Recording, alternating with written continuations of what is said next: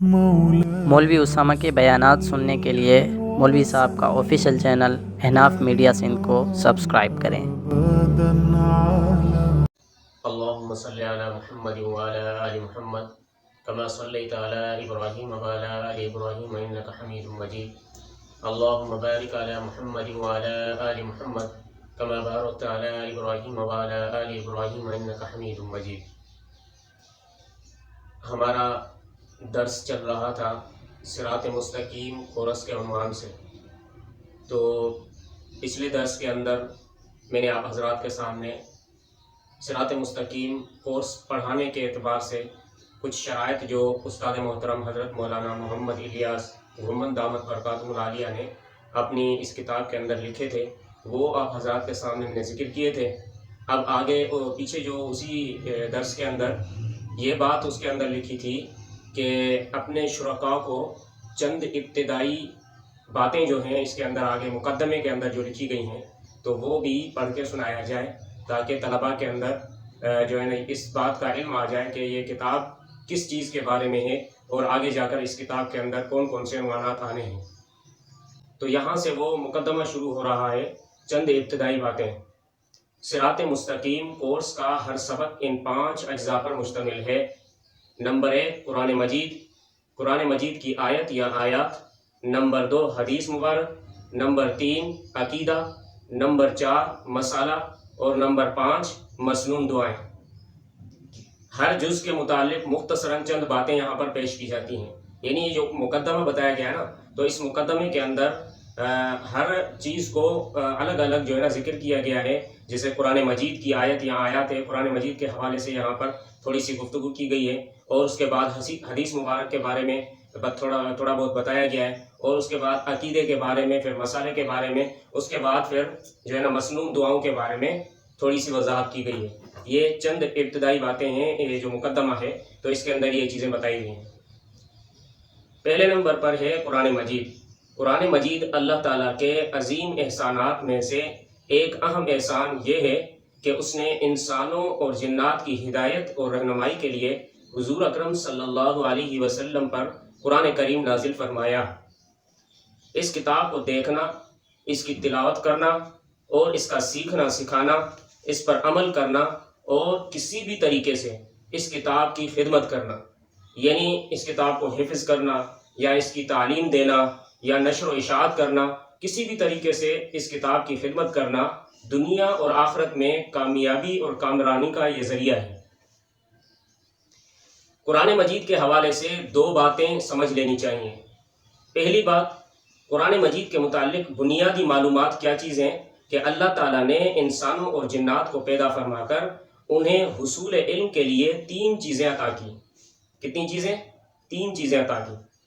پہلے نمبر پر حواس خمسہ، دوسرے نمبر پر عقل، تیسرے نمبر پر وحی۔ حواس خمسہ کسے کہتے ہیں؟ دیکھنا، سننا، سونگھنا، چکھنا اور چھونا۔ یہ 5 ایسے ہمارے عضو ہیں جن سے ہم جو ہے نا علم حاصل کر سکتے ہیں۔ جس طریقے سے آنکھیں ہیں، آنکھوں سے ہم دیکھ سکتے ہیں، اس سے ہمیں علم حاصل ہوتا ہے کہ یہ سامنے والی کیا چیز ہے، یا سامنے جو ہے نا میری ماں ہے، میری بہن ہے، یا سامنے میرا استاذ ہے، سامنے میرا شیخ ہے۔ تو اس سے ہمیں علم حاصل ہوتا ہے۔ دیکھنے سے، سننے سے آواز کا پتہ چلتا ہے کہ کس کی آواز ہے، سونگھنے سے خوشبو کا اور بدبو کا، ان چیزوں کا پتہ چلتا ہے، یہ بھی ایک علم ہے۔ اور چکھنے سے پتہ چلتا ہے کہ کون سی چیز کڑوی ہے، کون سی میٹھی ہے، کون سی پھیکی ہے۔ اور چھونے سے پتہ چلتا ہے کہ کون سی چیز نرم ہے، کون سی گرم ہے، کون سی سخت ہے۔ تو ان تمام چیزوں سے ہمیں علم کا پتہ چلتا ہے کہ جو ہے نا ان چیزوں کو حواس خمسہ کہا جاتا ہے، یعنی یہ 5 ہمارے عضو ہیں جس سے علم حاصل کیا جاتا ہے۔ دوسرے نمبر پر ہے عقل، اور تیسرے نمبر پر وحی ہے۔ ان تینوں کی مخصوص حدود اور دائرے ہیں۔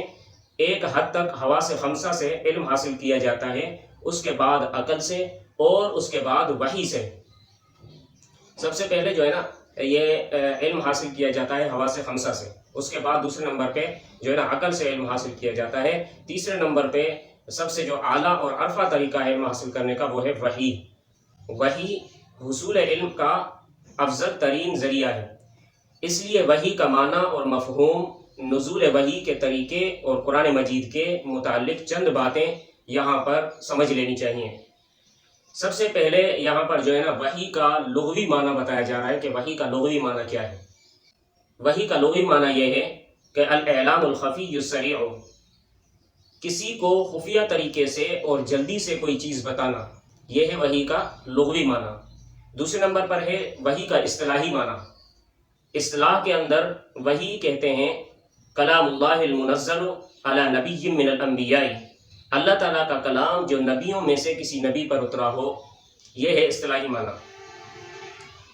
آگے ہے نزول وحی کے مختلف طریقے، یعنی کن طریقوں سے رسول اللہ صلی اللہ علیہ وسلم پر وحی آیا کرتی تھی، تو ان کے وہ طریقے یہاں پر ذکر کیے گئے ہیں۔ 5 طریقے ایسے ہیں جن طریقوں سے وحی کا نزول ہوتا تھا۔ نمبر 1 سلسلۃ الجرس، یعنی مسلسل گھنٹیوں جیسی آواز آتی تھی۔ دوسرے نمبر پر حضرت جبرائیل علیہ السلام کا اپنی اصلی شکل میں آنا۔ تیسرے نمبر پر حضرت جبرائیل علیہ السلام کا کسی آدمی کی شکل میں آنا، جیسے حضرت جبرائیل علیہ السلام عموماً حضرت دحیہ کلبی رضی اللہ تعالیٰ عنہ کی شکل میں آتے تھے۔ چوتھے نمبر پر بغیر واسطے کے اللہ تعالیٰ کا کلام سننا، جیسے معراج کے موقع پر، یعنی کوئی بھی واسطہ نہ ہو بیچ میں، یہ بھی وحی کی ایک قسم ہے۔ تو معراج پر جب نبی علیہ السلام گئے تو کوئی بیچ میں اللہ اور رسول کے درمیان کوئی واسطہ نہیں تھا، تو یہ بھی وحی کا ایک طریقہ ہے۔ 5ویں نمبر پر ہے القاء فی القلب، یعنی دل میں بات ڈال دینا، یہ بھی وحی کا ایک طریقہ ہے۔ آگے ہے کہ وحی کی اقسام کتنی ہیں، تو بھائی وحی کی 2 قسمیں ہیں، ایک ہے وحی مطلوع، دوسری ہے وحی غیر مطلوع۔ وحی مطلوع کس کو کہتے ہیں اور وحی غیر مطلوع کس کو کہتے ہیں؟ سب سے پہلی بات یہ ہے کہ وحی مطلوع کسے کہتے ہیں، اس کو سمجھ لینا ضروری ہے۔ وحی مطلوع اس وحی کو کہتے ہیں جس کی نماز میں تلاوت کی جا سکتی ہو، یعنی قرآن مجید، یعنی جو رسول اللہ صلی اللہ علیہ وسلم کے اوپر وحی نازل ہوئی، اور وحی مطلوع جو ہے وہ اس کو کہتے ہیں جس کی نماز کے اندر تلاوت کی جا سکتی ہو، تو وہ قرآن مجید ہے۔ دوسرے نمبر پر وحی غیر مطلوع، وہ کون سی ہے کہ جس کی نماز کے اندر تلاوت نہ کی جا سکتی ہو، وہ کون سی وحی ہے؟ وہ ہے احادیث، رسول اللہ صلی اللہ علیہ وسلم کی جو حدیثیں ہیں وہ وحی غیر مطلوع ہیں۔ اچھا، وحی غیر مطلوع اور وحی مطلوع، ان دونوں کے اندر فرق کیا ہے؟ تو دونوں کے اندر فرق کو بھی سمجھ لینا ضروری ہے۔ وحی مطلوع میں الفاظ اور معنی دونوں اللہ کی طرف سے ہوتے ہیں۔ وحی مطلوع جس کی نماز کے اندر تلاوت کی جاتی ہے، یعنی قرآن مجید، تو الفاظ اور معنی دونوں اللہ کی طرف سے ہونے چاہیے، تو اس کو کہتے ہیں وحی مطلوع۔ اور وحی غیر مطلوع میں مفہوم یا معنی اللہ کی طرف سے ہوتا ہے اور الفاظ حضور صلی اللہ علیہ وسلم کی طرف سے ہوتے ہیں۔ یعنی وحی مطلوع جس کی نماز میں تلاوت کی جائے قرآن مجید، اس کو کہتے ہیں کہ جس کے معنی اور مفہوم اور الفاظ یہ سب اللہ کی طرف سے ہوں۔ اور وحی غیر مطلوع کس کو کہتے ہیں کہ معنی اور مفہوم جو ہیں وہ اللہ کی طرف سے ہوں، الفاظ رسول اللہ صلی اللہ علیہ وسلم کی طرف سے ہوں۔ آگے ہے قرآن مجید کی تعریف۔ قرآن مجید کی تعریف کیا ہے؟ کہ اللہ تبارک و تعالیٰ کا کلام جو آسمان سے اترا، حضرت محمد صلی اللہ علیہ وسلم پر نازل ہوا اور مصاحف میں لکھا گیا اور ہم تک تواتر کے ساتھ بغیر کسی شبے کے پہنچا، یہ ہے قرآن مجید کی تعریف۔ قرآن کریم کی تفسیر کون کر سکتا ہے؟ آج کل جیسے یہ بہت ہی انتہائی جو ہے نا نازک مسئلہ چل پڑا ہے کہ جو بھی اسکول اور کالجز سے پڑھ کر جو ہے نا میدان عمل میں آتا ہے تو وہ اپنے آپ کو جو ہے نا بڑا مفسر سمجھتا ہے، تو قرآن مجید کی تفسیر لکھنا شروع کر دیتے ہیں، حالانکہ یہ بات غلط ہے۔ قرآن مجید کی تفسیر علماء اور جو ہے نا صلحاء کے علاوہ جن کا مدرسے سے تعلق ہو اور ان کے نیچے جو ہے نا شرائط دیے گئے ہیں کہ قرآن مجید کی تفسیر کون لوگ لکھ سکتے ہیں، تو ان کے اندر کون کون سی شرطیں ہونی چاہیے، کون سی صلاحیتیں ہونی چاہیے، وہ نیچے دی گئی ہیں۔ اس کے اندر مطلب یہ بتایا گیا کہ کوئی آدمی صرف عربی زبان سیکھ کر یا اپنی ذاتی مطالعے کے زور پر تفسیر نہیں کر سکتا، بلکہ ایسا شخص عین ممکن ہے کہ وہ گمراہ ہو جائے، اور کافی سارے ایسے ہو بھی گئے ہیں گمراہ۔ قرآن کریم کی تفسیر صرف راسخ فی العلم یعنی مضبوط علم والے علماء ہی کا کام ہے، عام لوگوں کا کام نہیں ہے۔ چنانچہ تفسیر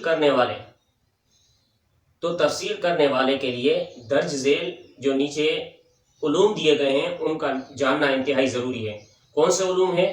پہلے نمبر پر عربی لغت کے اندر مہارت ہونی چاہیے، دوسرے نمبر پر علم نحو بھی آنا چاہیے، تیسرے نمبر پر علم صرف، چوتھے نمبر پر علم اشتقاق، علم معانی، علم بیان، علم بدیع، علم قراءت، علم عقائد، اصول فقہ، اسباب نزول، ناسخ و منسوخ، علم فقہ، احادیث اور علم لدنی۔ ان تمام علوم کا جاننا مفسر حضرات کے لیے انتہائی ضروری ہے۔ اگر ان علوم سے واقف نہیں ہے کوئی بندہ تو وہ تفسیر نہیں کر سکتا، تفسیر نہیں لکھ سکتا۔ اگر اس نے تفسیر کے میدان میں قدم اٹھایا جس کو یہ علم حاصل نہیں ہے، ان علوم میں مہارت نہیں ہے، تو وہ ممکن ہے کہ گمراہ ہو جائے۔ اللہ اللہ